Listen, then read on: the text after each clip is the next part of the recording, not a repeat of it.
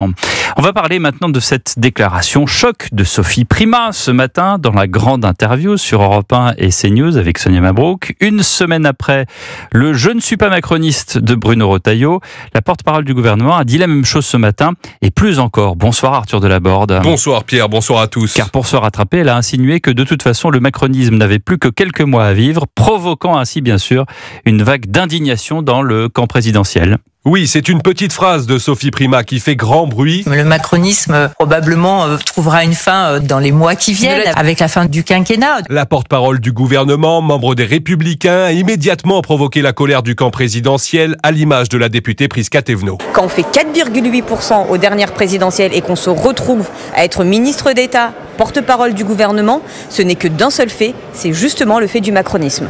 Donc maintenant, j'appellerai juste à de l'humilité, de la responsabilité, à se concentrer sur ce qui est le plus important, travailler pour les Français. Sur la même ligne, plusieurs membres du gouvernement ont dénoncé une faute politique. Le patron de Renaissance, Gabriel Attal, a lui appelé Sophie Primas, tout comme le Premier ministre François Bayrou. En coulisses, la porte-parole aurait tenté d'éteindre l'incendie, parlant d'une maladresse. Pour autant, chez LR, on approuve ces propos, le député Philippe Gosselin. De façon factuelle, ce qu'on pourrait appeler le macronisme est en fin de course. Pourquoi ?